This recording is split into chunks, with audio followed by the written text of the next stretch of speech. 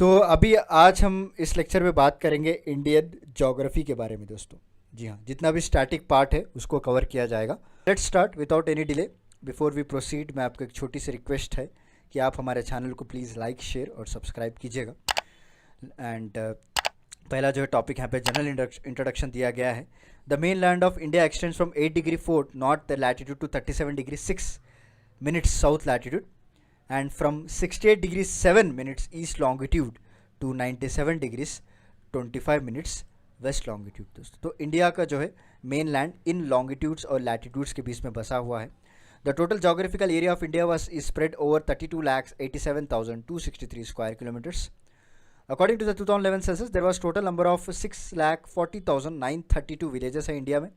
The territory of India spread over 2.4% of the land mass and is home to 17.5% of the world's population. This is important. It is the seventh largest country by area and second largest country by population. India lies across both tropical and subtropical regions. दोस्तों, the whole territory of India lies in areas with a monsoon climate. The Tropic of Cancer passes through India and it passes through states like Gujarat, Rajasthan, Madhya Pradesh, Chhattisgarh, Jharkhand, West Bengal, Tripura and Mizoram. दोस्तों, the easternmost state in India is Arunachal Pradesh and western most state is Gujarat हो गया. The northernmost state is Himachal Pradesh and southernmost state is Tamil Nadu. दोस्तों, Ladakh is in the northernmost part and Andaman Nicobar Island is the southernmost part among the union territories of the country. The southernmost part of India is known as Indira Point and the southernmost point in mainland की बात करें तो कन्याकुमारी है दोस्तों. The former name of Indira Point was Pygmalion Point कहा जाता था. The northernmost point of India is known as Indira Point या फिर Indira col Ladakh near Siachen glacier हो गया है. The far eastern point of India is a Kibithu located in Arunachal Pradesh. The far western point of India is known as Guhar Moti कहा जाता है गुजरात में. The Indian territory measures 2,933 kilometre from east to west and 3,214 kilometre from north to south. The length of India territorial range is 15,106.7 kilometres दोस्तों. Okay, and coast line की length की बात करें तो 5,422.6 kilometres. The total coastline length of country including island is 7,516.6 km. The state with longest coastline in India is Gujarat with Union Territory. With the longest coastline कौन सा है Union Territory का? Andaman Nicobar island है. And states की बात करें तो गोवा का है दोस्तों 118 किलोमीटर्स. 9 स्टेट्स ऑफ इंडिया जैसे Gujarat, Maharashtra, Goa, Karnataka, Kerala, Tamil Nadu, Andhra Pradesh, Orissa, west Bengal have the coastal borders. Due to vast longitudinal distance there is a difference of 2 hours in local time दोस्तों. ठीक है, the standard meridian of India और Indian standard time is calculated on the basis of 82 degree 30 minutes और ये प्रयागराज मिर्ज़ापुर से पास होता है दोस्तों. ठीक है, the standard meridian of Indian standard time passes through Uttar Pradesh, Madhya Pradesh, Chhattisgarh, Orissa and Andhra Pradesh. And the standard time of India is 5.5 hours ahead of Greenwich mean time. ठीक है, लंदन में जो पास होती है ना लाइन, वहाँ से हम लोग 5.5 घंटे आगे हैं. नेबरिंग कंट्रीज ऑफ इंडिया की बात करें, द नेबर्स ऑफ इंडिया और Pakistan, Afghanistan, China, Nepal, Bhutan, Myanmar, Bangladesh, Maldives and Sri. The number of neighbouring countries sharing their borders with India कितने हैं? 7 कंट्रीज है दोस्तों. Total of 16 states and 2 union territories of India share their territorial borders या फिर boundaries with the neighbouring countries. The boundaries of India are both natural है और थोड़े manmade है दोस्तों. It is in the manmade boundaries some limitations have been imposed और the imposed border is the boundary that is determined by third power interest दोस्तों. ठीक है, next the boundary between India and Pakistan is example of imposed border agreement के ज़रिए से. Okay, और तरह तरह के रेजोल्यूशन के ज़रिए से इसको बनाया गया है. India's territorial border meets China and Nepal in north, Afghanistan and Pakistan in the west, Bangladesh and Myanmar in the east and Bhutan in the north east. India shares the longest international territorial border with Bangladesh. इसका जो longest है 4,096.7 kilometre. Well the shortest international territorial border is Afghanistan के साथ जो कि 106 kilometre की है. The state union territory that share is border with Pakistan कौन से? पंजाब, राजस्थान, गुजरात, जम्मू कश्मीर एंड लद्दाख हो गया. The state that share their border with Bhutan are West Bengal, Sikkim, Arunachal Pradesh and Assam. Ladakh जो है एक यूनियन टेरिटरी है जो अपना बॉर्डर अफगानिस्तान के साथ शेयर करता है. And the border sharing states with China are Himachal Pradesh, Uttarakhand, Sikkim and Arunachal Pradesh. Ladakh, the union territory, share its border with China. Okay, and the state which that share their borders with Bangladesh are Mizoram, Tripura, Assam, Meghalaya, and West Bengal. Tripura is surrounded by Bangladesh on 3 sides. and the state that share their borders with Myanmar are Arunachal Pradesh, Nagaland, Manipur, Mizoram and okay. और Arunachal Pradesh is the longest border जो कि Myanmar के साथ share करता है. The state that share their border with Nepal, जी हाँ नेपाल ये इंपॉर्टेंट है, याद रख लीजिए, न्यूज़ में रहता है. Uttarakhand, UP, Bihar and west Bengal and Sikkim है दोस्तों. ठीक है.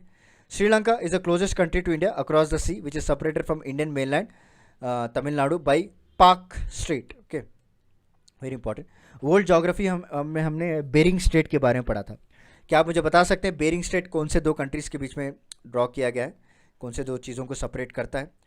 Sikkim share its boundary with 3 countries, Nepal, Bhutan and China. Pakistan is separated from India by Radcliffe line. China is separated from India by McMahon line दोस्तों. ठीक है. And Afghanistan is separated from Pakistan by Durand line. Next है हमारा physical characteristics of India. According to the physical characteristic, India is divided mainly into 4 parts: northern mountain ranges, peninsular plateaus, great plains, island region and coastal plains कहा जाता है. In India, high mountain ranges account of 10.6%, okay, hills, 18.5% plateaus, 27.7% okay plateaus है, and 43.2% plains है दोस्तों of total land area. Northern mountain region की बात करें, the formation of Himalayan mountain is believed to be due to the rise of Tethys Sea दोस्तों. While the geologists believe Himalayas are formed by the plate tectonics. Himalaya ranges can be divided into 4 parallel mountain ranges: Trans Himalaya, Greater और Inner Himalaya, Lesser Himalaya और Outer और Sub Himalayas कहा जाता है दोस्तों. एक एक के बारे में हम जान लेते हैं. पहला है हमारा Trans Himalayas. All categories of the Himalayas have risen at different periods of territory period. Okay, the Karakoram, Ladakh and Zanskar range of mountain fall under the Trans Himalayan region दोस्तों. ठीक है. Next the highest peak of Karakoram range is called K2 और Godwin Austen कहा जाता है, which is highest peak falling in India. The Karakoram range is also called backbone of upper Asia. Indus Tsangpo suture zone separates the trans Himalayas from greater Himalayas. Next आता है हमारा second option, that is greater Himalaya. The greater Himalaya और Himadri is the highest range of Himalayas. Mount Everest 8,848 metre is officially the world's highest peak. China, Nepal jointly announce the new height of the Mount Everest. Okay, the Mount Everest is called Sagar Mata in Nepal. Kanchenjunga, Nanga Parbat, Nanga Devi, okay, Nanda Devi, Kamet and Namcha Barwa are important peaks of Greater Himalayas. The main central thrust separates the Greater Himalayas from Middle Himalayas. Next आता है हमारा Middle, जो कि Lesser Himalayas भी कहते हैं. Middle Himalaya is a Lesser Himalayan range जहाँ पे आपको पीर पंजल, महाभारता, मुसूरी, दौलाधर, नाग तिब्बा रेंजेस को देखने को मिलता है दोस्तों. Pir Panjal is the longest chain of middle Himalayas. ठीक है. The valley of Lahaul Spiti, Kashmir valley, Kullu and Kangra join the great and middle Himalayas. Okay. There is alpine pasture located at central Himalayas called Marg, इसे कहा जाता है Gulmarg. Okay. And Mussoorie, Shimla, Kullu, Manali, Darjeeling are located in central Himalayas. The main boundary fault separates the miniature Himalayas from the Shivaliks दोस्तों. उसके बाद बात आती है आउटर हिमालयस की. Outer Himalayas are also called Shivalik or Lower Himalayas. It is the largest part of Himalayas. There are many valleys between the Lesser Himalayas and Shivaliks. ठीक है. चलिए, the valleys are called Doon in the west and Duar or Dors in the east, like Dehradun and Haridwar. The lowest part of Shivalik is called Terai. And Terai में अगर आप देखेंगे regional division of Himalayas, देखिए पहला पंजाब हिमालय होगा जो कि Indus and Sutlej river है, 500 किलोमीटर लेंथ. कुमाऊन हिमालय सुटलज और काली रिवर के बीच में आता है, 320 मीटर का लेंथ है. नेपाल हिमालय काली और तीस्ता रिवर के बीच में आता है जो कि 800 किलोमीटर है. असम हिमालय जो कि तीस्ता और ब्रह्मपुत्र रिवर जो कि 720 किलोमीटर. नेक्स्ट हम आ चुके हैं पेनिनसुलर प्लेट्यूज पे दोस्तों. Peninsular plateau has been formed by old crystalline pancreatic metamorphic rocks. The peninsular plateau is mainly composed of 2 parts, जैसे कि सेंट्रल हाईलैंड्स हो गया और डक्कन प्लेट्यू हो गया. The Aravalli hills extend up to Gujarat, Rajasthan, Haryana and Delhi. It was built during the pre Cambrian period हो गया. Aravalli is one of the oldest series in the world. The highest peak of the Aravalli hill is Guru Shikhar, located on Mount Abu in Aravalli. The Banas river originates from the Khamur hills, the eastern part of Aravalli, and the Luni river originates from the western slope of the Aravalli दोस्तों. ठीक है. The Luni river disappears in Ran of Kutch. The plateau of the Malwa is located in the state of Madhya Pradesh and Chhattisgarh. Chambal and Betwa rivers originate from the Malwa plateau. Okay. और Vindhya mountain range separates North India from South India दोस्तों.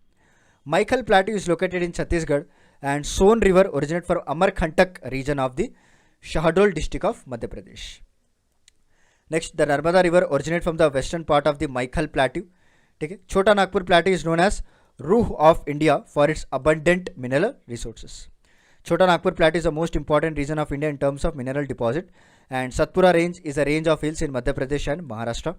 Dhupgarh is the highest peak of Satpura, which is situated on Mahadev's hills दोस्तों. Tapti river originates from southern part of Satpura, and the western ghats extend approximately 1500 km from Gujarat to Tamil Nadu parallel to the western sea coast. The length of the river is found from the mouth of Tapti river in the north to Kanyakumari in the south. The origin of the river Narmada is in the northern part of Satpura. The western ghats are also called Sahyadri. This is important.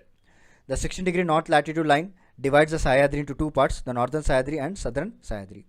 The highest peak of the northern Sahyadri and southern Sahyadri is Kalsubai and Kudramik respectively. The Deccan Plateau is located across Madhya Pradesh and Maharashtra, and Deccan Plateau is formed by volcanic basalt rocks. The eastern part of Deccan Plateau is called Vidarbha. Black soil is found in the Deccan Plateau. The hill of Ajanta is located in Aurangabad district in Maharashtra. Balaghat, Harishchandra, Satmala ranges are located in Maharashtra दोस्तों. Dharwad Plateau is located in Karnataka. The hills of Baba Budan, Brahmagiri are in the western part of Dharwad Plateau. Next Nilgiri hills जो है ये तमिलनाडु, केरला, कर्नाटक में फैला हुआ है और highest peak of Nilgiri को हम दोद्दा बेट्टा कहते हैं दोस्तों. Very very important. Okay, Dodda Betta is the second highest peak in south India. Next आता है हमारा अन्नामलाई रेंज जो कि border of Kerala and Tamil Nadu पे लोकेटेड है, and Anamudi is the highest peak of south India on the Anamalai hills. Next we have greater plains of north India. The great plain of north India is also known as Indus, Ganga and Brahmaputra plane कहा जाता है. The vast plain of north India divided into 4 parts based on typical territorial region, Bhabar, Bhangar, Khadar and Terai दोस्तों. भाबर की बात करें, Bhabar region extends from river Indus to river Thista and foothills of Shivalik. Pebbles, stones are abundant in Bhabar region. Porosity is unique feature of Bhabar, and due to porosity the stream disappear once they reach Bhabar region. Next है हमारा भंगर की बात करें. Bhangar is a higher region of the plain where the flood water do not reach usually. Bhangar plain consists of old alluvial soil which is rich in pebbles and sand. और भंगर जो है इसको भुर भी कहा जाता है इन लोकल लैंग्वेज. नेक्स्ट है हमारा खादर दोस्तों. Khadar region is found by new alluvial soil brought by flooding of rivers in Khadar region every year. Khadar region is also known as alluvial region और फ्लड प्लेन कहा जाता है. Ganga Brahmaputra rivers from Khadar delta. Okay, next आती है बात तेराई को लेकर. Humidity is very high in Terai region due to that Terai plains are marshy areas. Okay, the underground rivers of the Bhabar belt re emerge in this belt. The Terai region consist of dense forest. There are biodiversity rivers in the Terai region. Next आ गए हैं हम island region में. Andaman Nicobar and Lakshadweep are the 2 islands of India. ठीक है, so Andaman Nicobar archipelago, there are 572 islands out of which 550 islands are in Andaman island and 22 island in Nicobar archipelago. Saddle peak is the highest peak of the Andaman Nicobar island. The largest port of the Andaman archipelago is Port Blair हो गया, and Lakshadweep archipelago is located in Arabian sea. The Lakshadweep is a group of 36 island दोस्तों, important है.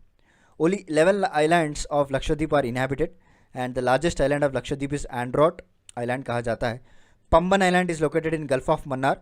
देर are 2 famous volcanic island in India called Narcondam and Barren दोस्तों. Narcondam island is called dormant volcano and Barren island is a active volcano. The 8 degree channel separates Maldives and Minicoy. ये very very important point है. 8 degree channel यमएम को separate करता है, मतलब Maldives and Minicoy. 9 degree channel जो है लक्षद्वीप और मिनिकॉय को सेपरेट करता है, एल एम, इस तरह से याद रख लीजिए. और ये क्वेश्चन बहुत बार पूछा है एग्जाम में. 10 डिग्री चैनल लिटिल अंडमान और कार निकोबार को सेपरेट करता है दोस्तों. Next, see coastal plains. The eastern coast of India, the coastal region from Kanyakumari to Krishna delta is known as Coromandel coast. The Krishna delta to north coast is called northern Circars कहा जाता है. ठीक है, पारादीप उड़ीसा, हल्दिया वेस्ट बंगाल, विशाखापट्टनम आंध्र प्रदेश, ओके, चेन्नई, चिदम्बरम, टुटिकोरिन जिसे कहते हैं, Kamaraja, Tamil Nadu are the major ports on western coast of India. Pulicat जो कि आंध्र प्रदेश में, छिलका उड़ीसा में, कोल्लेरू आंध्रा में, ये ईस्टर्न कोस्ट ऑफ इंडिया के लेक्स हैं. दीनदयाल जो कि कांडला गुजरात, मुंबई महाराष्ट्र, न्यू मैंगलोर ओके कर्नाटक में भी है और गोवा में भी है, कोचिन केरला एंड नवा शिवा जो कि वेस्टर्न कोस्ट ऑफ इंडिया कहते हैं. On western coast of India as the Konkan, the coastal area from Goa to Mangalore in Karnataka is known as Canara, इसको कहा जाता है दोस्तों. Okay, and the coastal region from Mangalore to Kanyakumari is known as Malabar coast. The lagoon found on the Malabar coast are called khayals in local language. चलिए अभी drainage system देख लेते हैं. Based on drainage and aquatic characteristics, the river of India divided into 2 categories. एक तो हिमालय हो गया, okay, दूसरा पेनिनसुलर रिवर्स हो गया दोस्तों. Himalayan rivers, the Ganga, the Indus, Brahmaputra are the Himalayan rivers. The source of Indus river is a Bokharchu glacier. It is located near Mansarovar lake situated in Greater Himalayas. The Indus river enters Indian territory through UT Ladakh. The tributary of Indus river are the Jhelum, Chenab, Ravi, Beas and Sutlej. The largest tributary of the Indus river is Chenab, and Indus Water Agreement was signed in 1960 to share Indus Water Treaty between India and Pakistan. Based on 1960 Indus Water Treaty, India can use only 20% of the entire water of Indus river. The Chenab is called Chandrabhaga in Himachal Pradesh दोस्तों. Okay. चलिए, the Sutlej originate from the Rakshastal near the Mansarovar lake south of Mount Kailash. कहाँ पे? Mount Kailash से originate होती है. Bhagra Nangal Dam is built on Sutlej river. The Ganga originate from Gangotri glacier near Gaumukh in Uttarkashi district. Ganges at point of origin is called Bhagirathi. Mandakini river meets Alaknanda at Rudraprayag. Alaknanda meets Bhagirathi at Devprayag दोस्तों. The Ganga gets इस name after, कहाँ से आया है गंगा का नाम? देवप्रयाग से आया है. इंपॉर्टेंट है ये. Ganga enters the plains near Haridwar में ये एंटर करती है. और गंगा को जो है पद्मा भी कहा जाता है in Bangladesh. And Bay of Bengal में मिलने से पहले एक डेल्टा फॉर्म करती है दोस्तों. इसको हम क्या कहते हैं? Sundarban. And Brahmaputra river is also known as Yarlung Zangbo in Tibet. ये जो ओरिजिनेट होता है ये एंगसी ग्लेशियर से ओरिजिनेट होता है in western Tibet. Brahmaputra river is also called Zangbo in China और जमुना इन बांग्लादेश दोस्तों. And turning south near Namcha Barwa the Brahmaputra enters Arunachal Pradesh. इसका नाम यहाँ पे दिहांग रखा गया है. नेक्स्ट आता है हमारा मजूली आइलैंड. एक लार्जेस्ट रिवर आइलैंड है. Is located on the Brahmaputra river in Assam. The Koshi river is called sorrow of Bihar कहा जाता है दोस्तों. Very very important. Sorrow of Bihar, Kosi river. The Ghaggar river of Haryana is an example of inland drainage. Next आ गई peninsula rivers की बात. The gradient slope of peninsula river is shallow type होते हैं दोस्तों, मतलब शैलो टाइप होते हैं. महानदी, गोदावरी, कृष्णा ये सारे जो ईस्ट वर्ड की तरफ जाके मिल जाते हैं बे ऑफ बंगाल में. नर्मदा एंड तप्ती जो है वेस्ट रिवर्स है दोस्तों, जो कि अरेबियन सी में जाके ये मिलते हैं. ठीक है. Both this rivers forms estuaries. Narmada originates at Amarkantak peak of Maikal mountain. It is the largest river in peninsular India and falls into Arabian Sea. Next है जबलपुर सिटी ऑफ मध्य प्रदेश, जो कि नर्मदा रिवर पे बसा हुआ है. एंड धुआंधार बेड़ाघट falls are located on Narmada river in Jabalpur district. Godavari river originates from Trimbakeshwar, Nashik district, Maharashtra से originate हुआ है. Godavari is the largest river in peninsular India and Godavari is also called Hridaya Ganga source कहा जाता है दोस्तों. Okay. There is a dispute among Tamil Nadu, Karnataka, Kerala, Pondicherry over the sharing of Kaveri river water. Chambal river originate near Mhow in Madhya Pradesh and Chambal is the only river in Rajasthan that flows throughout the year. The famous Chulia Fall is located on this river. It forms a deep ravine, Chambal ravine. Or Mahakaleshwar temple in Ujjain is located on the bank of Shipra river. Kumbh Mela is organized here at an interval of 12 years. Kumbh Mela is also organized at Prayagraj at the confluence of Ganga, Yamuna and the invisible Saraswati. The Kisha river originated at waterfall near Mahabaleshwar in the western Ghats. It falls into Bay of Bengal through Maharashtra, Telangana, Karnataka and Andhra Pradesh. And Koyna, Ghataprabha, Malaprabha, Bhima, Tungabhadra ये कृष्णा के tributary हैं. The Kaveri river को Ganga of south India कहा जाता है. Very very important. Kaveri को, not Godavari, don't confuse. The presence of the Shivasamudram waterfall and the presence of Srirangapatnam and Shivasamudram island raise at the importance of Kaveri river. The peninsular river from north to south area, Mahanadi, Godavari, Krishna, Pennar, Kaveri and Vaigai in that order दोस्तों. ठीक है. In descending order, the lengthwise peninsular rivers are Godavari, Krishna, Narmada, Mahanadi, Kaveri and Tapti होता है. यहाँ पे देख सकते हैं आप रिवर्स ऑफ इंडिया और उनके जो है लेंथ, ऑरिजिन वगैरह सारा कुछ दिया हुआ है. आप इसे पॉज करके जो है स्क्रीनशॉट ले सकते हैं दोस्तों, क्योंकि मैं पढ़ाने से आपको याद नहीं होगा. जब आप खुद से पढ़ेंगे, याद करते रहेंगे, रिवाइज करते रहेंगे, तब आपको याद होगा दोस्तों. Can take the screenshot after taking pass. Okay, pass करके आप स्क्रीनशॉट ले सकते हैं. चलिए, मेजर सिटीज़ हो गए ऑफ रिवर बैंक्स. सो दिल्ली जो है यमुना रिवर के तट पे है. आगरा भी यमुना. बरेली रामगंगा के तट पे है. मथुरा यमुना. कानपुर गंगा. प्रयागराज गंगा यमुना के कॉन्फ्लुएंस पे है.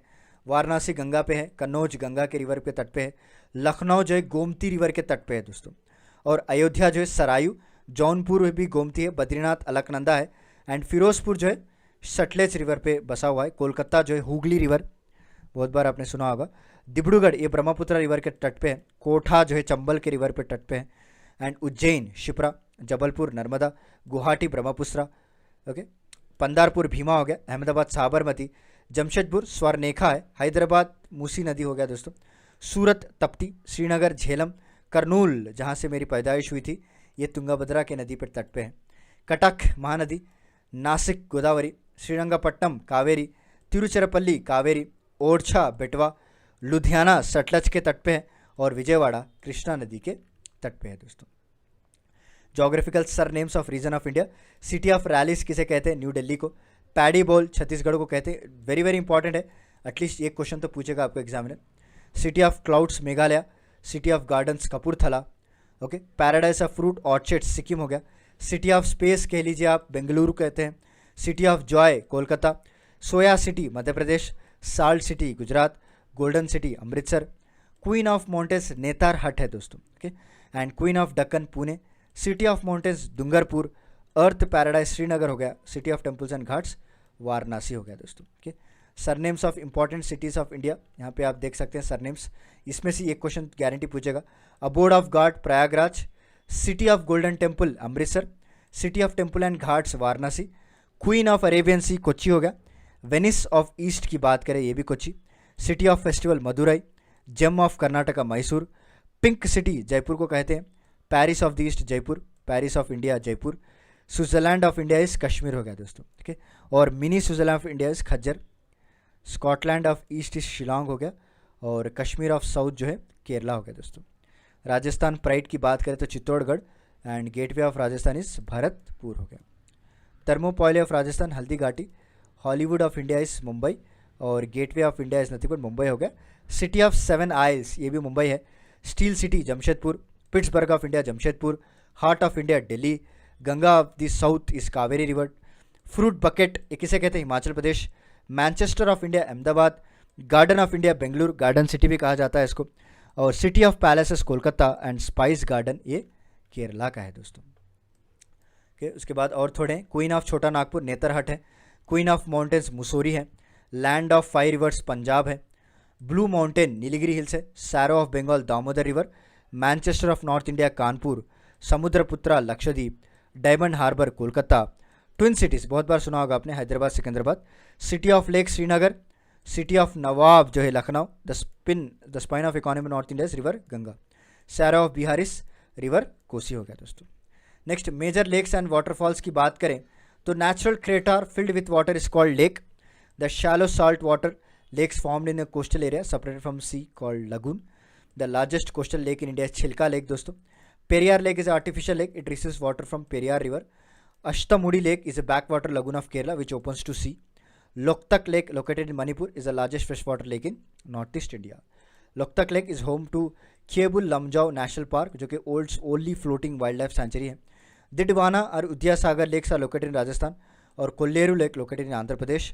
फुलहार lake located near Matanda Pilibhit और Gomti river originate from Phulhar lake हो गया दोस्तों। सांबर लेक जो कि लार्जेस्ट साल्ट वाटर लेक कहा जाता है राजस्थान का है।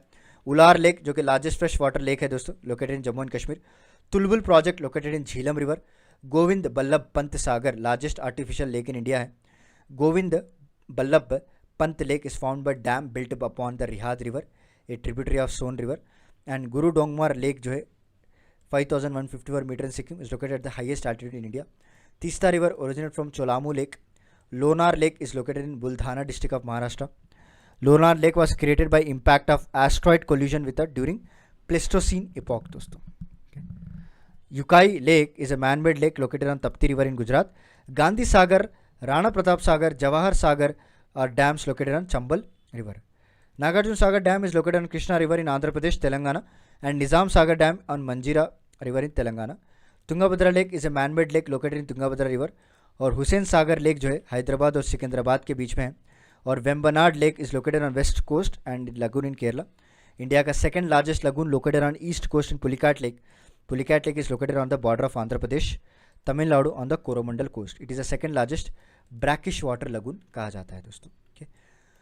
और बैरियर आइलैंड जिस name Sriharikota separates Pulicat lake from Bay of Bengal. Satish Dhawan Space Center is situated in Sriharikota or Buckingham Palace is located on the west bank of Pulicat Lake. The height of the Kunchikal Falls located in Karnataka is reported to be least 400 feet and maximum 800 feet है दोस्तों. Nokkalikai Meghalaya is the highest waterfall in India as per the current status of World Waterfall Database. Major waterfall of India is Garsoppa or Mahatma Gandhi Falls. Jog Falls is situated in river Shravati. Hundru Falls is situated on river Swarnekha. Okay, Shiva Samudram Falls located in river Kaveri. Punasa falls located on river Chambal दोस्तों. ठीक है, यहाँ पे देख सकते हैं major waterfalls की list दी हुई है, इसका स्क्रीनशॉट आप ले सकते हैं. नेक्स्ट हम आ चुके हैं क्लाइमेट ऑफ इंडिया दोस्तों. Total weather condition in a large area for a long period is called climate of that region. The climate of India is a tropical monsoon climate. The state of atmosphere for short time at a particular place is called weather. The meteorological service in India was started in 1875 दोस्तों. Initially, the headquarters of meteorological department was located at Kolkata, later which was brought to Shimla, thereafter Pune and finally to the Delhi दोस्तों. Now meteorological maps of India are published from New Delhi and factors affecting the Indian climate are latitudinal position, relief, monsoon winds and distance from the sea हो गया. South India is closer to equator, there is a hot climate throughout the year and North India is located in the north to the Tropic of Cancer resulting in the cold in winter, hot in summer. Cold winds coming from Central Asia are not able to enter India because of the presence of Himalaya mountain. ये होने की वजह से क्या है, एक obstacle की तरह एक्ट करें, वो एंटर नहीं हो पाएंगे. Temperature decrease by 1 degree Celsius at every 165 metres of altitude. This is also important. Himalaya create a barrier of the monsoon winds which causes rain in country and changes the climate. In summer the monsoon winds travel from south west to north east and during winter north east to south west. The surrounding areas of the sea have a equable climate and thus found to have a anomalous climate. The change in the direction of monsoon wind causes a change in the season. Based on this, there are 4 season. क्या क्या winter season हो गया 16 दिसंबर से 15 मार्च, summer season 16 मार्च से 15 जून, rainy season 16 जून से 15 सितंबर, autumn की बात करें 16 सितंबर से 15 दिसंबर. Rainfall in winter occurs due to western disturbance in the plains of northern India. Rainfall occurs during the winter months, okay, on the coast of Tamil Nadu due to returning monsoon. So northeastern monsoon is also called returning monsoon. During the summer, the intense humid winds are generated causing thunderstorm in Assam and West Bengal. The intense humid winds are called Kal Baisakhi in West Bengal and nor'westers in eastern India. The intense and humid winds in Karnataka and South India are called cherry blossom rain कहा जाता है. It is also known as coffee rain because it's a congenial for coffee farming. The mango shower in South India, Kerala is known as for having strong humid winds होने की वजह से famous है दोस्तों केरला में. और hot and dry winds blowing in the dry plots of the north western India during the summer. इसको क्या कहते हैं, जो नॉर्थ वेस्टर्न इंडिया में hot and dry winds blow होते हैं उसको लू कहते हैं दोस्तों, लू. Due to peninsular shape of India the south west monsoon divides into 2 direction, one towards Arabian sea, other जो है बे ऑफ बंगाल है. The monsoon of Arabian sea direction showers in Kerala in the first week of June. In Kerala monsoon collides with the western ghat mountain and rain on the coast of Kerala. This is called monsoon burst. Monsoon passing through Kerala affects the entire Indian subcontinent till 15th July. Okay. Or the wind that come from the Bay of Bengal bring more rainfall to Gharo, Khasi and Jaintia hills. Maheswaram हो गया is the highest rainfall receiving a place in the world. और लेह की बात करें receive the lowest annual rainfall in India. Okay. और south west monsoon is more powerful than monsoon of Arabian Sea. Tamil Nadu receive very little rainfall during the southwest monsoon as its location in the mountain red shadow region. So Tamil Nadu receives very little rainfall during southwest monsoon as its location is the mountain, क्योंकि rain shadow reason में आता है ना western Ghats के, तो बहुत ही कम बारिश होती है. The retreating monsoon season is called autumn season. Tropical cyclones originate in the Bay of Bengal in autumn दोस्तों. ठीक है. So tropical cyclone cause more damage in Andhra Pradesh, Tamil Nadu, Odisha, West Bengal, Puducherry in east coastal region and Gujarat in west coastal region. Next है हमारा soil of India दोस्तों. The soil on the surface of earth is a layer of unorganised material made up of rock and biomass through the process of degradation and decomposition. The science of soil study is called soil science कहते हैं. The central soil conservation board was set up in 1953 to check soil erosion and its adverse consequences. The Central Arid Zone Research Institute was established at Jodhpur, Rajasthan to study the desert problems. Territorial variation is found in the soils of India due to variation in relief climatic condition दोस्तों. And Indian council of agriculture research जो है India की soil को उन्होंने 8 category में divide किया है. क्या क्या है? पहला alluvial soil. The soil brought by rivers is called alluvial soil, and alluvial soil is rich in potash, phosphoric acid, lime and organic matter, but the lacks nitrogen and humus दोस्तों. इसमें 2 तरह के टाइप्स होते हैं alluvial soil में. भंगर हो गया, खादर. Bhangar is also called old alluvial soil and Khadar is a new alluvial soil. Bhangar consists of pebbles and calcium carbonate. The deposition of salt is due to saline alkalic eruption in Bhangar soil. This soil is less fertile than Khadar, hence it requires regular use of fertilizers. Khadar is formed by deposit brought by floods annually. ठीक है. Khadar soil has a high water holding capacity. Paddy, wheat, maize, oilseed, pulses, potatoes are produced in alluvial soil. Next आ गया हमारा black soil दोस्तों. जी हाँ, black soil is also known as regur soil, black cotton, a tropical black earth and tropical xerism कहा जाता है. Black soil is formed by regular weathering and erosion of basalt lava. Black soil is mainly found in Maharashtra, Gujarat, Madhya Pradesh, Andhra Pradesh and Karnataka दोस्तों. Black soil is highly suitable for cotton cultivation and black soil has a maximum water holding capacity. और black soil जो है एक iron, calcium, aluminium, lime में, magnesium में rich है दोस्तों. The soil swells and become sticky when wet and shrinks when dry. During the dry season the soil develops a wide crack and there occurs a kind of self ploughing दोस्तों. Black colour of the soil is due to presence of titaniferous, magnetite and fossils होने की वजह से. उसके बाद है red soil. Red soil is form due to disintegration and dissolution of metamorphic rocks. Important है.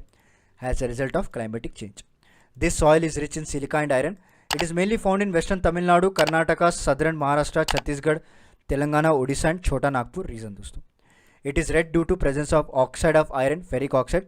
Red soil lacks lime, magnesium, phosphate, nitrogen and humus. Next, millet की बात करें. Millet cultivation red soil suitable at high places, while rice, ragi, tobacco, groundnut, potatoes, vegetables are cultivated on this soil in low-lying areas. Red soil is also found in infertile wasteland. उसके बाद है हमारा laterite soil दोस्तों.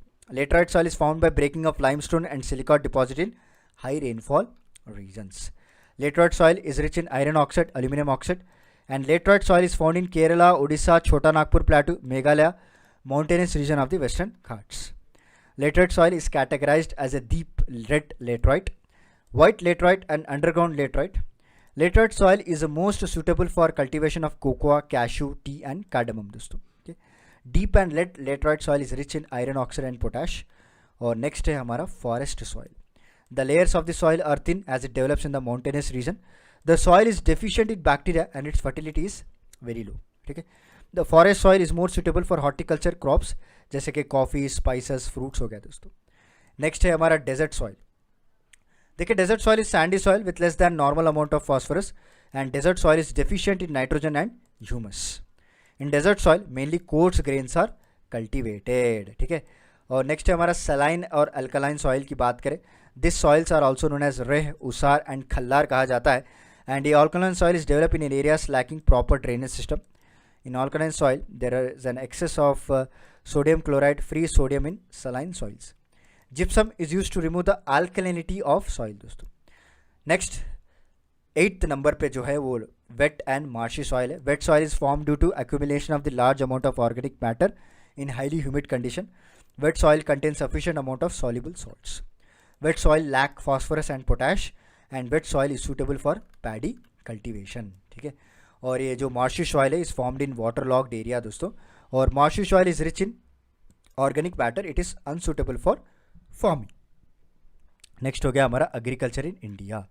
According to the data of the world bank 2019, about 43% of the India's population is employed in agriculture. According to the economic survey 2020-21, the contribution of agriculture and allied sector in the GVA of the country was 17.8% in 2019-20. About 45.33% of total area of India is under cultivation. ठीक है.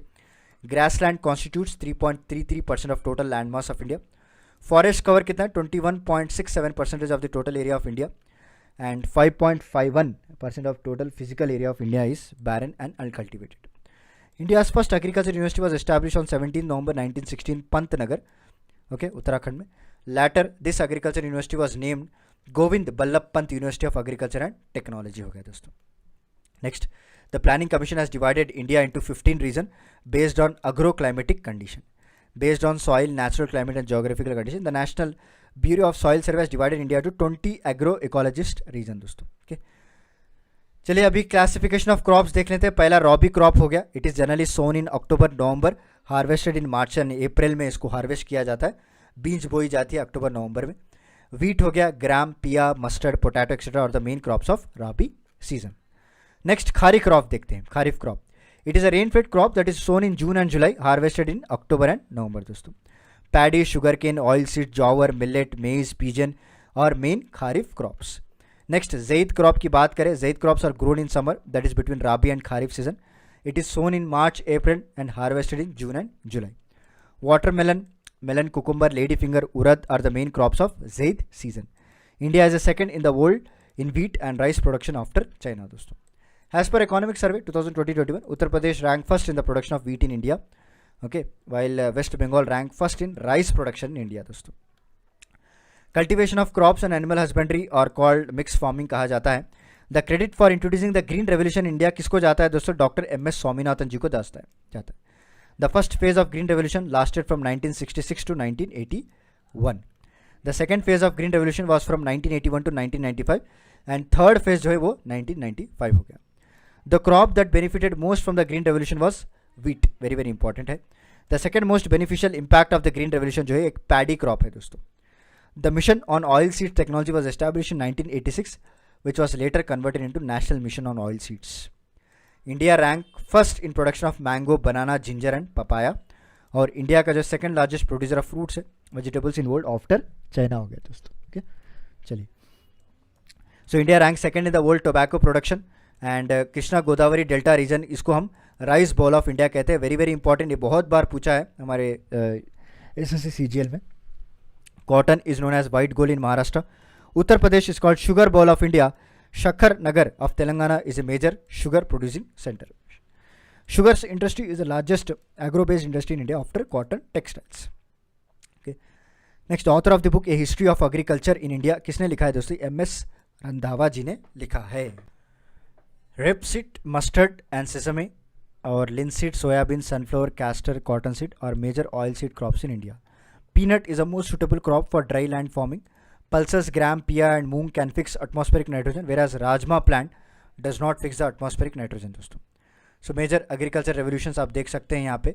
इसका screenshot ले लीजिएगा, बहुत ही important है ये. एक दो तीन बार आप रिवाइज करेंगे तो आपको आ जाएगा दोस्तों. ठीक है. And major methods of agriculture. Hydroponics किसे कहते हैं? Growing of plants in water. Pomo culture food production से रिलेटेड है. विटीकल्चर ग्रेप से cultivation. Pisciculture fishing. Sericulture silk worm. Floriculture flower production. ये सारा कुछ आपको रिवाइज करना पड़ेगा तभी जाके आपको अच्छे से याद होगा. राइट, इसका आप स्क्रीनशॉट ले सकते हैं दोस्तों. And important crop producing state. Rice जो है वेस्ट बंगाल, यूपी, पंजाब बनाता है. Wheat UP, Madhya Pradesh, Punjab. Maize Karnataka, Madhya Pradesh, Telangana. Total coarse grains Rajasthan, Karnataka, Madhya Pradesh. और ग्राम राजस्थान, महाराष्ट्र एंड मध्य प्रदेश दोस्तों. ठीक है. उसका तूर है, पल्सेस है. ऑयल सीड्स कौन से स्टेट बनाते हैं. कैश क्रॉप्स कौन कौन देखते हैं? शुगर केन जैसे यूपी, महाराष्ट्र, कर्नाटक हो गया. कॉटन की बात करें तो Gujarat, Telangana, Maharashtra. Jute and mesta waste Bengal, Bihar and Assam. मैं इसीलिए इसको जो है फास्ट कवर कर रहा हूँ इस टेबल्स को, क्योंकि आपको सुनने के बाद भी याद नहीं रहेगा. जब आप इसको रिवाइज करेंगे ना तभी आपको याद रहेगा. ओके चलिए. इरीगेशन एंड मल्टीपर्पज़ प्रोजेक्ट देख लेते हैं. There are 3 types of irrigation projects in India. एक तो minor irrigation project, medium irrigation और मेजर इरीगेशन हो गया. माइनर इरीगेशन किसे कहते हैं? ये ऐसे प्रोजेक्ट्स के लिए डिज़ाइन किया जाता है जहाँ पे ज़मीन लेस दैन 2000 हेक्टार्स होती है दोस्तों. समझ गए. And most of the irrigation is done by small irrigation projects. The small irrigation project include well, tube well, diesel pump, pond, drip irrigation. और मीडियम इसलिए डिज़ाइन किया जाता है जहाँ का रेंज जो है 2000 से 10,000 हेक्टार का लैंड होती है दोस्तों. Canal are the primary means of medium irrigation. उसका मेजर इरीगेशन प्रोजेक्ट आता है जहाँ पे 10,000 से ज़्यादा एरेबल लैंड होती है, 10,000 हेक्टर से ज़्यादा. About 38% of irrigation India is covered by major and medium. UP has the highest net area under irrigation, followed by Madhya Pradesh, Rajasthan in that order. According to the Statistical Yearbook 2018, the major means of irrigation in the country is tube well. In Uttar Pradesh, irrigation by the tube well covers the largest arable area. The Garland Canal system in India was proposed by Captain Dinshaw J. Dastoor. In peninsular India, the primary means of irrigation are ponds. और India में 47.79% of the total arable land is irrigated by tube wells और 22% जो है canal से हमको पानी मिलता है दोस्तों. In Tamil Nadu, ponds are major source of water for cultivation. Tehri hydroelectric project is upstream of the confluence of Bhagirathi and Bilangana river दोस्तों. नेक्स्ट आ गए हम mineral resources in India. Mineral resource are formed from rocks buried under the crust for billions of years दोस्तों. The region of the south east of India like Chota Nagpur Plateau, Dandakarinia, Odisha Plateau, etc. have largest reserve of mineral resources. Mineral refers to natural substance obtained from the mining, has economic significance. Generally minerals can be divided into 4 categories, 4 categories में divide किया जाता है. पहला जो है fuel minerals, metallic minerals, non metallic minerals और atomic power minerals. वही fuel minerals की बात करें तो यहाँ पे coal, lignite, crude oil, natural gas होता है. मेटालिक की बात करें तो tungsten, lead, zinc, gold, silver, bauxite, manganese की बात की जाती है. नॉन मेटालिक की बात करें तो mica, asbestos, pyrite, salt, gypsum, ठीक है, diamond, timber, okay, limestone, barite और कैनाइट है दोस्तों. एटॉमिक पावर मिनरल्स की बात करें तो uranium, thorium, beryllium and zircon है. The most important part mineral research rich और region India is the Dharwar region where gold, iron, manganese, copper are found. Apart from this, there is also a new category of minerals, that is industrial minerals used in the industry. The Geological Survey of India and Bureau of Indian Mines carry out the survey and development of minerals in India. According to the annual report 2019-20 of the Ministry of Mines, India has total of 95 minerals, including 4 fuel minerals and 10 metallic minerals, 23 non-metallic, 55 minor और 3 nuclear minerals हैं. ठीक है. उड़ीसा जो है highest production है, 65.1% है दोस्तों bauxite में. और bauxite is use to make aluminium and alumina. Bauxite is basically hydrated aluminium oxide होता है और बेरियम सल्फेट ये बेराइट में आपको मिलता है दोस्तों. Mangampeta reserve located in the Kadapa district in Andhra Pradesh which is largest barytes reserve आपको मिलेंगे वहाँ पे. Chromite is an oxide of chromium and iron. Odisha as a monopoly both in terms of accumulated reserves in production of chromite. Most of the deposit of chromite are found in Jajpur, Kendujhar, Dhenkanal district of Odisha. Jharkhand has the largest reserve of coal. Tamil Nadu has the largest reserve of lignite. Mannargudi in Tamil Nadu has the largest lignite reserve in India. Copper is an important non-ferrous metal. 3 important copper ore producing district in India are Balaghat हो गया, झुंझुनू हो गया, सिंगबम हो गया दोस्तों. Khetri copper mines are located in Jhunjhunu, Rajasthan. Madhya Pradesh is the sole producer of diamond. Panna district in Madhya Pradesh is famous for diamond mines. और gold mines in India are located in Kolar, Raichur, Tumkur in Karnataka. Okay, बहुत famous है यहाँ पे. In fact Kolar जो है यहाँ से I think 70 kilometres रहेगा बैंगलोर से. Anantapur and Chittoor in Andhra Pradesh. 47.4% of gold reserves कहाँ पे मिलेंगे आपको? कर्नाटक में मिलेंगे दोस्तों. And iron is a most important ore. It provides basic raw materials to the iron and steel industry. Haematite and magnetite are the 2 major iron ores दोस्तों. The states with abundant availability of haematite are Odisha, Jharkhand, Chhattisgarh, Karnataka and Goa हो गया. Baba Budan, Kudremukh, Ballari, अन्नादुर्गा, okay, and जो आंध्र प्रदेश, तमिलनाडु, गोवा, ये सारे आपको magnetite के areas देखने को मिल सकते हैं. नेक्स्ट अब हम आ गए हैं ट्रांसपोर्टेशन ऑफ इंडिया में दोस्तों. There are 4 modes of transportation available in India. Road transport, rail transport, air transport and water transport. Road transportation की बात करें तो road construction can be traced to the time of Indus valley civilisation. In the medieval period, Sher Shah Suri and the Mughal Empire took a keen interest in road construction दोस्तों. In modern India, special attention was paid to construction and development of roads by the British rules. And currently, India has the second largest road network in the world.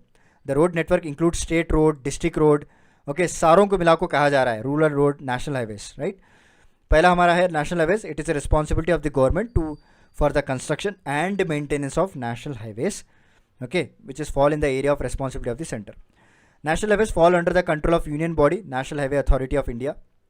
According to the annual report of 2020-21, the total length of national highways in countries, that is 13,06,440 हो गया दोस्तों. Sorry, 1,36,440 kilometers. Currently, there are 599 national highways in India, and according to the Ministry of Road Transport and Highways, NH27 Porbandar to Silchar जो कि 4,112 kilometre का है, वो India का longest national highway है दोस्तों.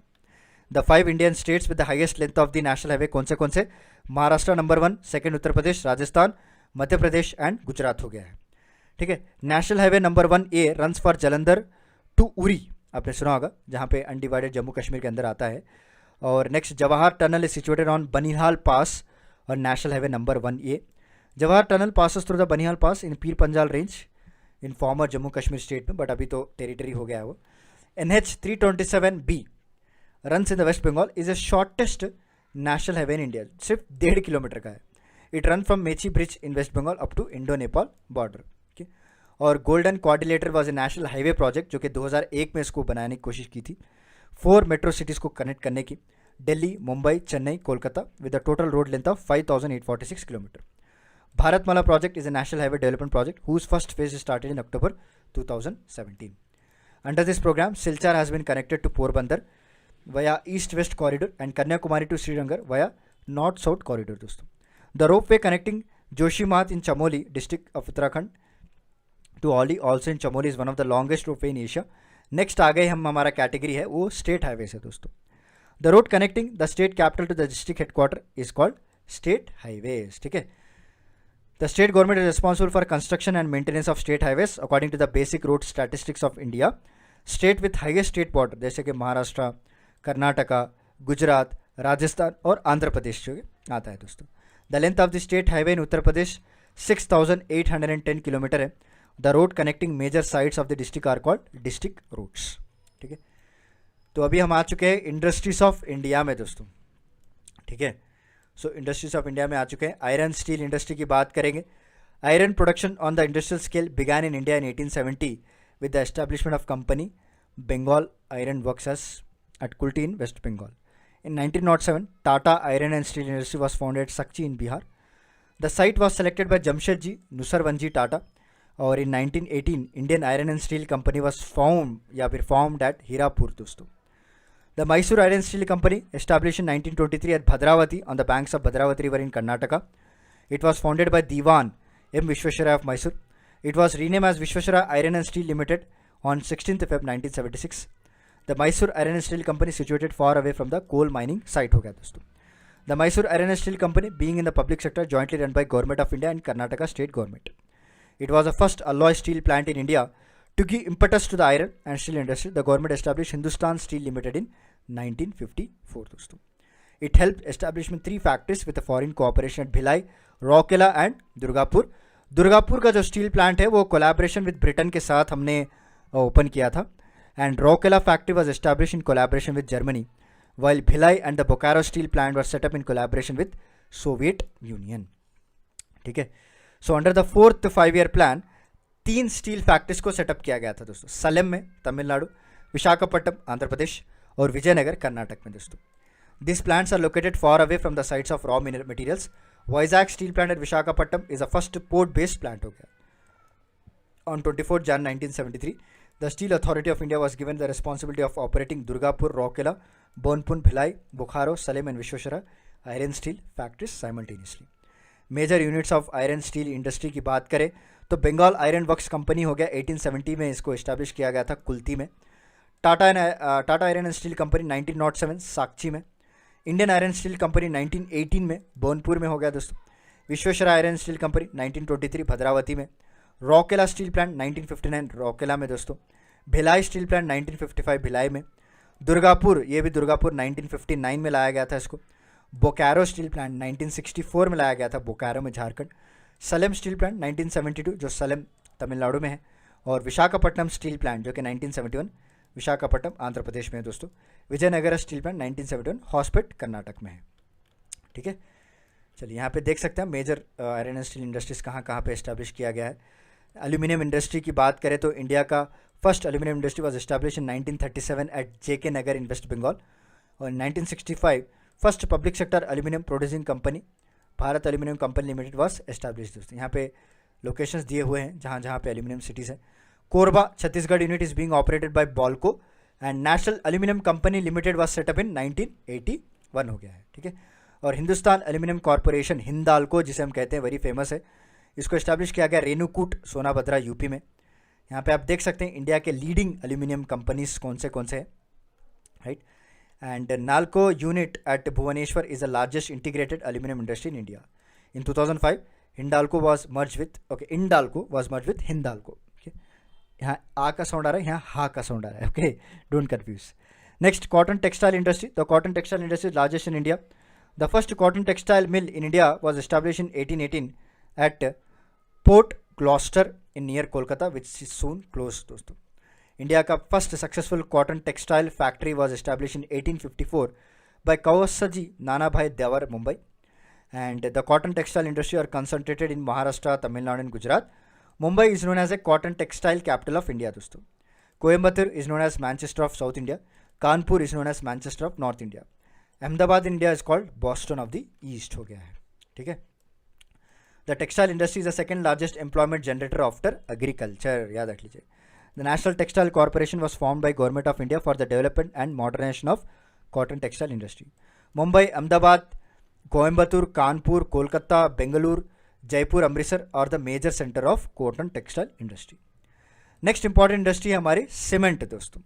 The first cement manufacturing factory in India was established in Chennai in 1904. This is very very important point. Okay, but जल्दी close हो गया था. पहला cement manufacturing factory था. Porbandar plant of Indian Cement Company was established in 1919, and most of the cement factories of the country have been set up at places where limestone and coal are available in plenty. Madhya Pradesh, Tamil Nadu, Bihar, Jharkhand, Rajasthan, Andhra Pradesh, Gujarat are major center of cement industry. India holds the second position in the cement production only after China दोस्तों. उसके बाद jute industry की बात करें. Jute is a cash crop of hot, humid environment and delta alluvial soil. The jute fiber is mainly produced in Hooghly River Valley of West Bengal. Jute is known as golden fiber of Bengal. Jute Corporation of India is responsible for development and modernization of jute industry. The first jute factory in India was established in 1855 at Risra near Kolkata. Jute Corporation of India was established in 1971 to look after import and export. International Jute Organization was established in 1984 दोस्तों.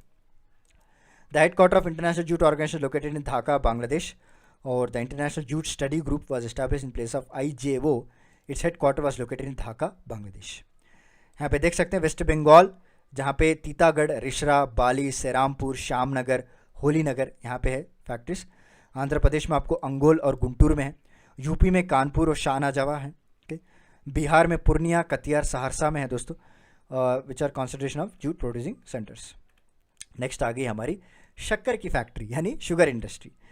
Sugar is produce mainly from sugar cane, but now sugar beet और sweet potato भी use किया जा रहा है.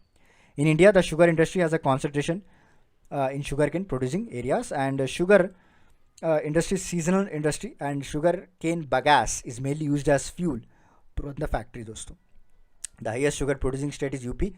उसके बाद UP के बाद बिहार, महाराष्ट्र, वेस्ट बंगाल, पंजाब, हरियाणा, तमिलनाडु, आंध्र प्रदेश, राजस्थान भी इसमें आते हैं. उसके बाद हमारी इंपॉर्टेंट इंडस्ट्री है paper industry. Paper is made up from the fibres and cellulose. Esparto grass, bamboo, cotton fiber, flax are used in the manufacturing of high quality paper. The first modern paper mill in India was established at Serampur दोस्तों, याद रख लीजिए. Later a factory was established in Bali 1867 में. तीतागढ़ में भी एक paper factory है दोस्तों जो कि 1882 में एस्टैब्लिश किया गया था. Titagarh is India's largest paper producing center. The first factory for the manufacturing of newsprint was established in Nepanagar, Madhya Pradesh. The production of paper by the Nepanagar paper began in 1956. Nepanagar is the first indigenous factory for newsprint. Mysore paper mill was established in 1937 in Mysore, Karnataka. Most of the paper producing factories in India are located in West Bengal. Titagarh, Raniganj, Naihati, Triveni, Kolkata, Banasbera ये waste Bengal के. तिरुपति, काकीनाडा, राजामंड्री, सिरपुर तेलंगाना के. मीरठ, सारंगपुर, मोदीनगर, लखनऊ उत्तर प्रदेश के अंदर आते हैं. बहुत सारे ऐसे एरियाज हैं जहाँ पे आपको पेपर इंडस्ट्रीज़ देखने को मिलेंगे. ओके उतना याद करने की ज़रूरत नहीं, बस इंपॉर्टेंट जो नेपानगर का नाम है first indigenous factory. Okay Mysore mill कब एस्टैब्लिश किया गया था वो याद रख लीजिए. इतने एरियाज़ के नाम ये लोग एग्जाम में नहीं पूछेंगे. ठीक है. सो नेक्स्ट आता है हमारा glass industry.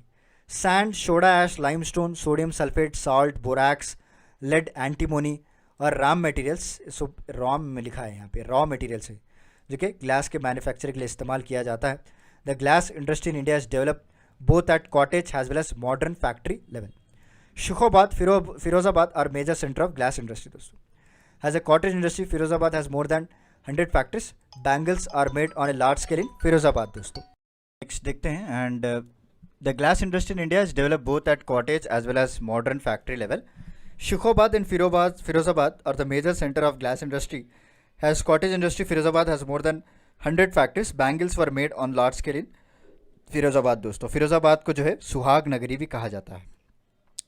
The glass factories in waste Bengal are concentrated in Kolkata, Rishra, Dum Dum, Howrah, Raniganj and Asansol. In UP this industry is concentrated at Firozabad, Meerut and Bahjoi. In Bahjoi sheets of glass are manufactured. Mumbai, Pune, Nagpur, Dholpur, Amritsar, Faridabad और major glass producing centres.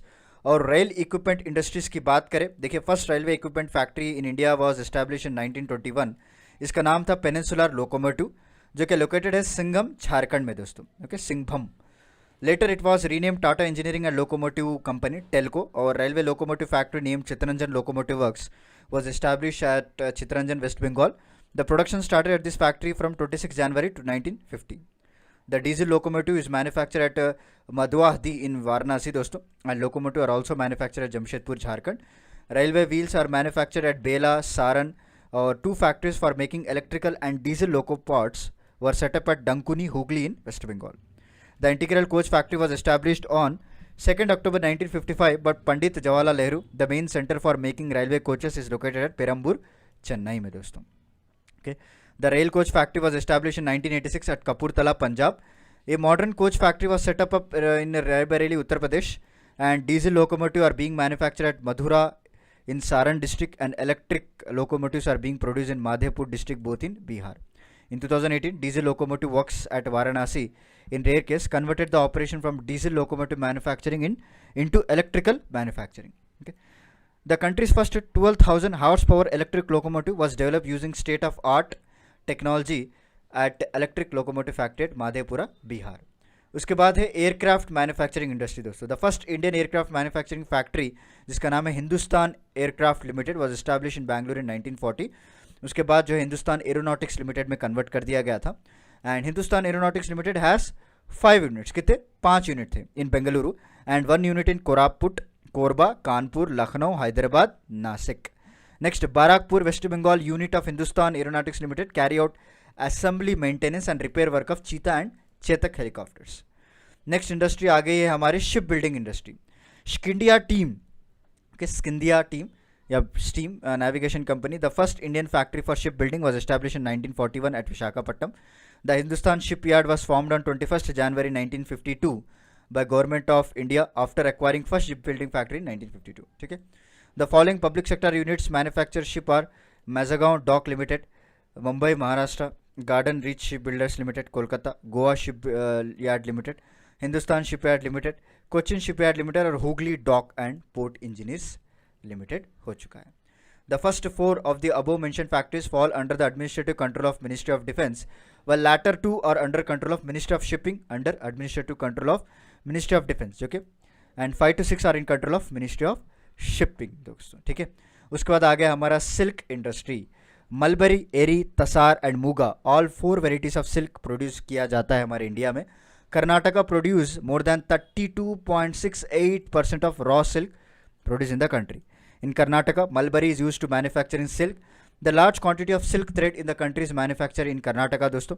Assam, Bihar, Jharkhand, Chhattisgarh, Odisha, West Bengal, Meghalaya, Manipur, Nagaland, okay, and Madhya Pradesh produce non-mulberry silk. Okay, in silk production, India ranks second after China. The highest coral silk production in India occurs only in Assam हो गया दोस्तों. The Central Sericulture Research Training Institute is located in Mysore, and Central Tasar Research Training Institute is located at Ranchi, Jharkhand. Okay, the headquarter of the Central Silk Board is located in Bengaluru दोस्तों. ठीक है. And Yum Woolen Textile Industry, India का पहला woollen textile mill was established in Kanpur in 1876. Okay, ये जो woollen textile industries के बारे में है. The actual development of the woolen industry took place after 1950. Ludhiana, Jalandhar, Dhariwal, Amritsar, ये सारे जो है मेजर सेंटर्स हैं वुलन टेक्सटाइल के दोस्तों, पंजाब में. Okay.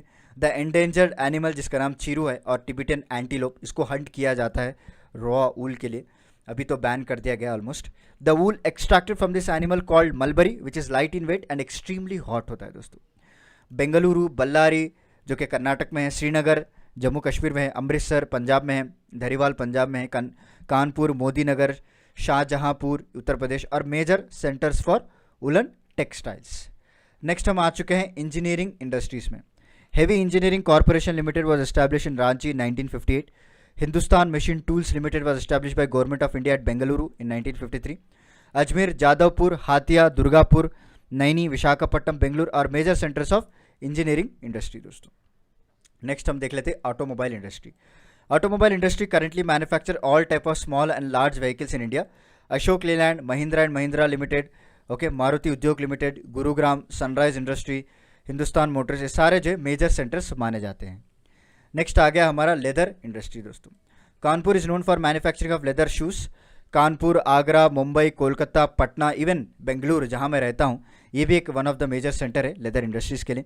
And chemical fertiliser industries की बात करें, the first factory for producing super phosphate fertiliser was establish at Ranipet in Tamil Nadu दोस्तों, जो कि 1906 में। And in 1937 a factory for producing ammonia fertiliser was establish name Mysore chemical fertiliser at Belagola in Karnataka. Okay, and fertilizers chemical Travancore Limited was established at Udiga Mandalam in Kerala. The production of ammonium sulfate was started in 1947. A fertilizer plant was established at Sindri by the Fertilization Corporation of India, and India is entirely dependent on imports for potash fertilizers. This is also important. Nitrogen fertilizer consumption is highest in India. The factories at Shahjahanpur and Jagdishpur in Uttar Pradesh are gas based. Krishak Bharati Cooperative Limited has gas based urea ammonium plant at Hazira Gujarat. ठीक है, fertiliser corporation of India, इनके units कई जगह है, जैसे सिंदरी झारखंड में, तालचेर उड़ीसा में, रामागुंडम तेलंगाना में, गोरखपुर यूपी में और कोरबा छत्तीसगढ़ में दोस्तों। Telangana tops India in fertiliser consumption, ठीक है, फॉलोड बाय बिहार और पंजाब हो गया। उसके बाद हम आज गए हैं इंडस्ट्रियल क्लस्टर्स पे। देखिए, there are 3 types of industrial clusters in India. पहला large industrial cluster, small industrial cluster और इंडस्ट्रियल डिस्ट्रिक्ट्स दोस्तों। जी हाँ, there are 8 major industrial region. जैसे कि इन लार्ज की बात करें तो पहला हो गया Hooghly industrial zone, Mumbai Pune industrial area, Ahmedabad Vadodara industrial area, Gurugram Delhi और Meerut industrial area, Chhota Nagpur industrial area, Bengaluru Tamil Nadu industrial area, Visakhapatnam Guntur industrial area, Kollam Thiruvananthapuram industrial area दोस्तों। ठीक है, उसके बाद there are 13 major small industrial region, जैसे कि अंबाला, अमृतसर, ब्रह्मपुत्र वैली, सारंगपुर, मुजफ्फरपुर, बिजनौर, ओके, इंदौर, देवास, उज्जैन, जयपुर, अजमेर के पास, तरह तरह के नॉर्थ मलाबार, सेंट्रल मलाबार, जहाँ पे 13 स्मॉल इंडस्ट्रियल रीजन्स हमको देखने को मिलते हैं। And there are 15 industry district, जैसे कानपुर, आगरा, लखनऊ, गोरखपुर, अलीगढ़, हैदराबाद, नागपुर, कटक, कोटा, सारा कुछ है दोस्तों। चलिए अब हम देख लेते हैं major wild life sanctuaries in India. The wild life act was passed by the government of India in 1972 to create the wild life sanctuaries and national parks. Sanctuaries are created for protecting and preserving the particular species of animal and birds दोस्तों। National parks are establish to conserve the habitat of particular animal, जैसे कि Jim Corbett national park हो गया, पहला national park है जो कि establish किया गया था 1936 में। It is farmer name was heli national park. The first tiger project is Jim Corbett national park, जो कि लॉन्च किया गया था 1973 में। उसके बाद 2021 आता है, जहाँ पे नेशनल टाइगर कंजर्वेशन अथॉरिटी को जो है designated 53rd tiger reserve of the country in Chhattisgarh, okay, जो कि गुरु घासीदास और तिमोर पांगला हो गया। Next, Ramganga and Kosi river flow through Jim Corbett park. Largest tiger reserve in India is Nagarjuna Sagar in Srisailam, in Telangana it is called Amrabad tiger reserve. उसके बाद हेमिस, इंडिया का largest national park located है लद्दाख में। उसके बाद project tiger 1973 was launched by the efforts of mister Kailash Sankhala from Rajasthan. Okay, mister Sankhala is known as tiger man of India दोस्तों। The smallest tiger reserve in terms of area is Bor, Maharashtra. 1963 में sir Peter Scott first envisages international red data book, very very important है ये, और red data book provides information about endangered species of flora and fauna, यानी flowers और animals के बारे में, plants के बारे में, जो भी एंडेंजर्ड स्पीसीज होते हैं उसके बारे में बताया जाता है रेड डेटा बुक में। Red data book and red list are issued by international union for conservation of nature. The first international red data book was publish in 1964। This is very very important. ठीक है, उसका Salim Ali was a eminent nature lover and ornithologist of India. Salim Ali की national bird park was establish at Srinagar in memory of Salim Ali. The maximum number of wild life sanctuary in India is 96 located in Andaman Nicobar island and maximum number of national park 10 इन मध्य प्रदेश दोस्तों। ठीक है, तो यहाँ पे देख सकते हैं national park and wild life sanctuary की लिस्ट दे दी गई है, तो आप इसका स्क्रीनशॉट ले लीजिएगा एक बार। ठीक है, then you can read it very peacefully, क्योंकि मैं पढ़ाऊँगा तो भी आपको दिमाग में नहीं चढ़ेगा, ये आपको रिवाइज करना पड़ेगा दोस्तों। ठीक है, तो चलिए next, 1991 the wild life protection amendment act was pass किया गया था। The Indian wild life research institute is located at Dehradun. उसके बाद fossil national park is located in Madhya Pradesh. और ट्राइब्स इन इंडिया देख लेते हैं, ये भी इंपॉर्टेंट पार्ट है, बहुत सारे क्वेश्चन यहाँ से पूछ सकते हैं दोस्तों। Those people who remain untouch by civilisation and outside of the main stream of life of society, lead life according to their natural environment and protect and preserve their way of life, language, culture. इसको हम क्या कहते हैं, tribes कहा जाता है. They are listed under Article 342 in Indian Constitution. The President of India has a right to notify a tribal community. और थक्कर बापा first used the word Adivasi for them दोस्तों. He has given us name आदिवासी मैसैया इनको कहा जाता था, मसीहा.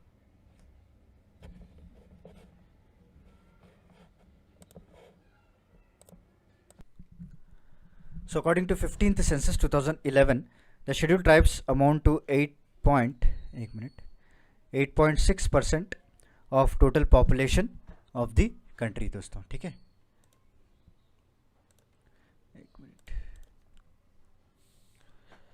Madhya Pradesh has the highest number of scheduled tribes population in India. Bhils are the largest tribal group in India. Gond and Santal are the second and third largest tribes of India respectively. उसका जरावा tribes जिनका जो origin है वो Andaman Nicobar island है. Tharu tribes मौन on the occasion of Deepawali and Munda tribe celebrate Sarhul festival. Jaunsari Toda tribe ये जो है पॉलीएंड्री प्रैक्टिस करते हैं दोस्तों. Gaddis is a dominant tribe of Dhauladhar range. Bhutias migrate during seasons. Shompen tribe is found in the Nicobar group of island. Thar Parkar is a tribe belonging to the border region of Rajasthan.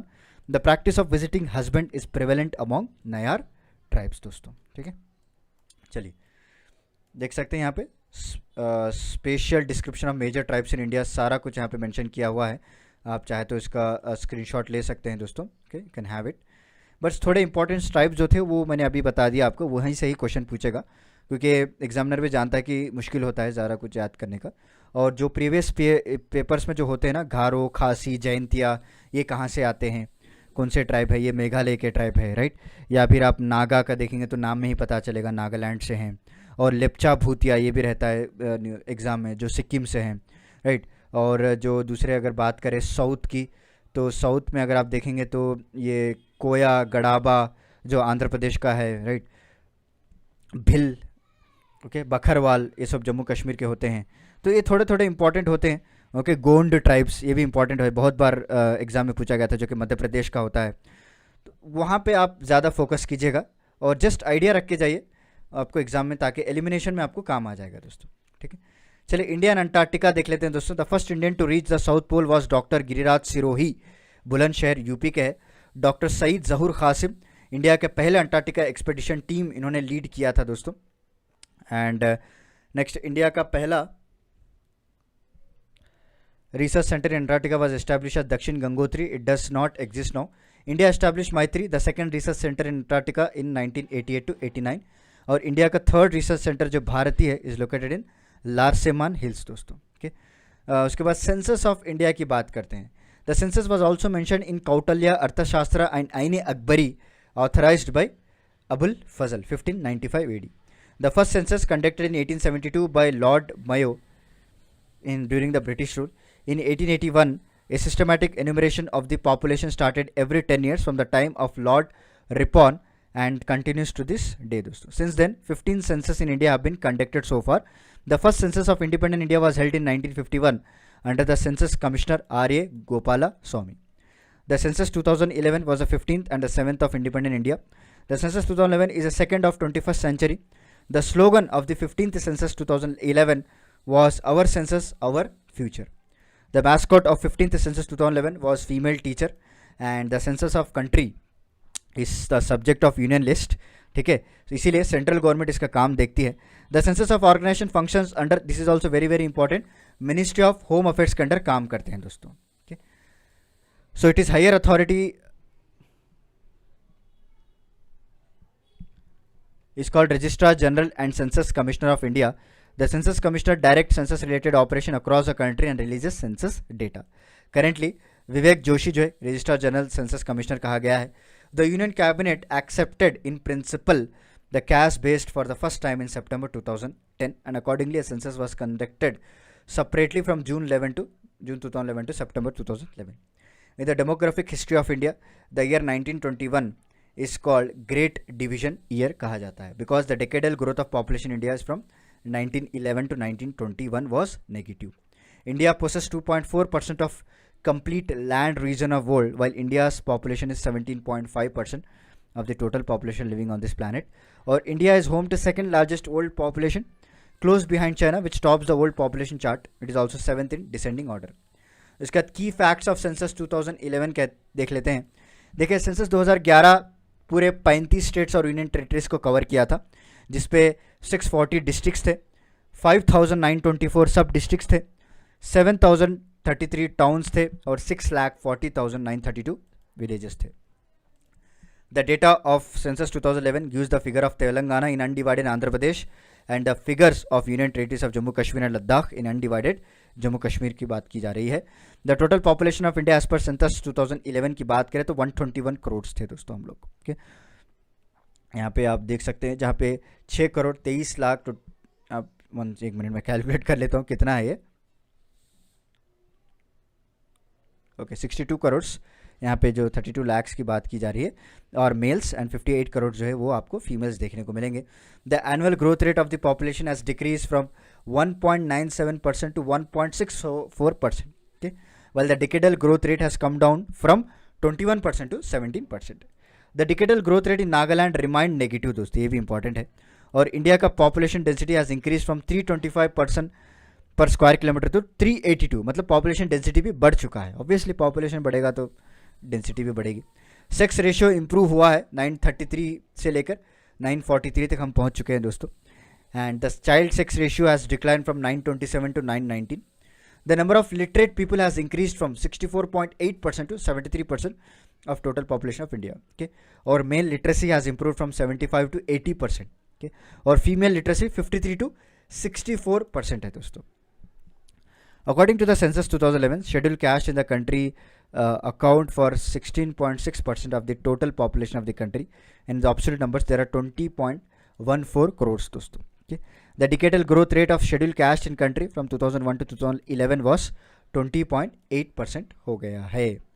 The sex ratio of the scheduled caste in 2011 was 945, and according to the census 2011, the absolute number of the scheduled tribes in the country is about 10.43 crores, accounting for 8.6% दोस्तों.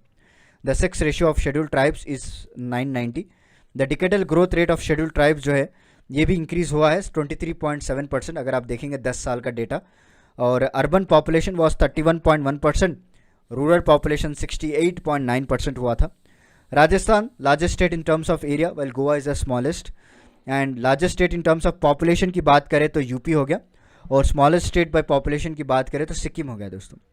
Top 4 states in population की बात करें तो पहला UP आता है, बाद में महाराष्ट्र, बाद में बिहार, बाद में West Bengal. Okay, and the 4th state with lowest population Sikkim हो गया, मिजोरम हो गया, अरुणाचल प्रदेश, और लास्ट में गोवा आता है दोस्तों.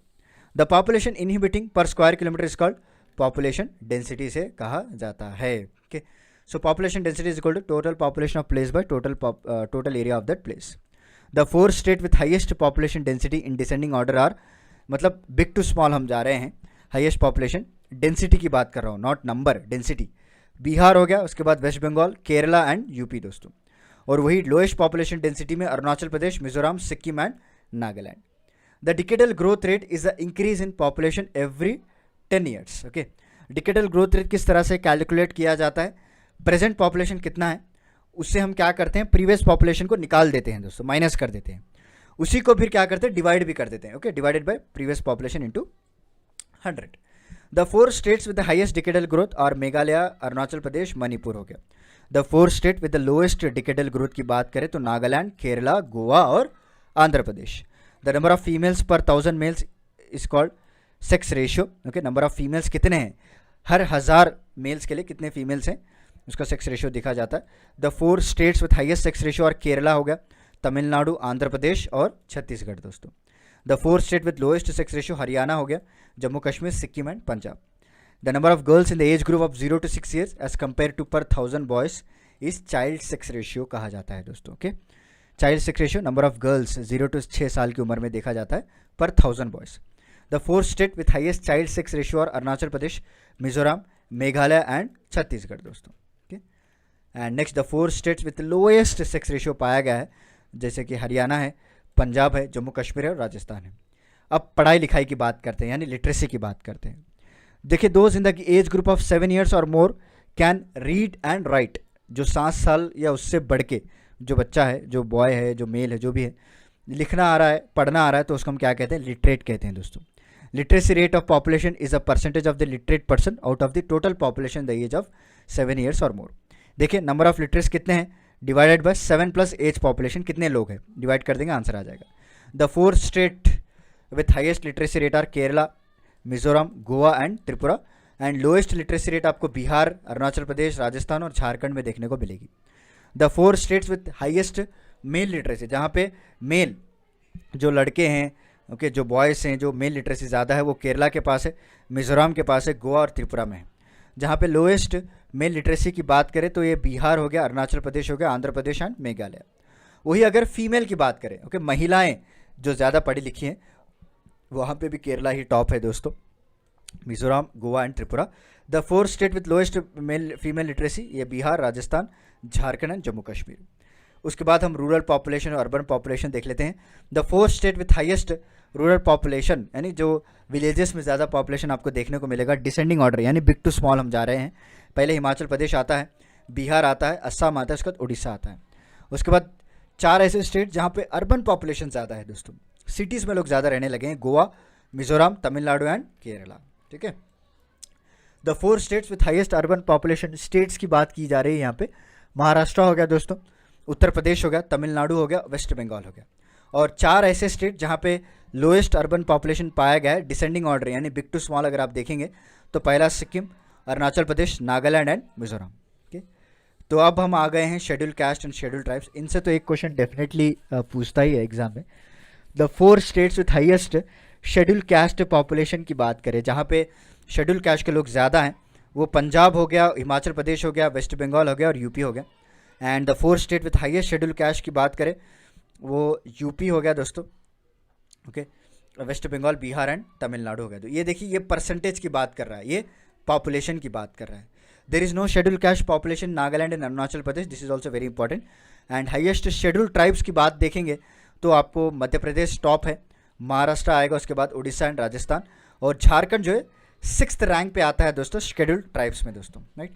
The 4 states in the highest schedule tribes, percentage की बात करें तो Mizoram, Nagaland, Meghalaya and Arunachal Pradesh. Okay, and schedule tribe population is 30.6% in Chhattisgarh, 26.2% in Jharkhand and 21.1% इन मध्य प्रदेश। और कोई भी शेड्यूल ट्राइब आपको देखने को नहीं मिलेगा in Haryana and Punjab. Okay, union territories का पॉपुलेशन देख लेते हैं। Delhi is the most populous union territory, followed by the Puducherry, Chandigarh in that order. Lakshadweep एक union territory with minimum population. The largest union territory in terms of area is Andaman Nicobar island, with the smallest is Lakshadweep हो चुका है। Okay, Dadra and Nagar Haveli and Lakshadweep are union territories with highest decadal growth, and the lowest the union territory of Delhi has the highest density, while the Andaman Nicobar has lowest density दोस्तों। पुडुचेरी की बात करें, पुडुचेरी एक ऐसा union territory है विथ हाईएस्ट सेक्स रेशियो वहाँ पे मिलेगा आपको। एंड दमन एंड दीव एक ऐसा यूनियन टेरिटरी है जहाँ पे लोएस्ट सेक्स रेशियो है। Andaman Nicobar island is a union territory with highest child sex ratio, okay, and Delhi is a union territory with lowest child sex ratio. Okay, Lakshadweep is a union territory with the highest literacy rate, okay, this is also important. Dadra and Nagar Haveli के पास lowest literacy rate है। Lakshadweep is a union territory with highest male literacy also though, so यहाँ पे भी top है, और Dadar and Nagar हवेली यहाँ पे भी लास्ट है दोस्तों मेल लिटरेसी। अगेन लक्षद्वीप आ गया है with highest female literacy, again Dadar and Nagar Haveli with lowest female literacy. Chandigarh एक यूनियन टेरिटरी है with highest population of schedule caste देखने को मिलेगा आपको। जहाँ पे दिल्ली की बात करें, दिल्ली में आपको हाईएस्ट पॉपुलेशन आपको देखने को मिलेगा शेड्यूल कास्ट का, okay, in terms of numbers की बात कर रहा हूँ मैं। No scheduled caste reside in Lakshadweep and Andaman Nicobar Island, and Lakshadweep is a 94.8%, जहाँ पे एक हाईएस्ट शेड्यूल ट्राइब पॉपुलेशन माना जाता है दोस्तों, ओके।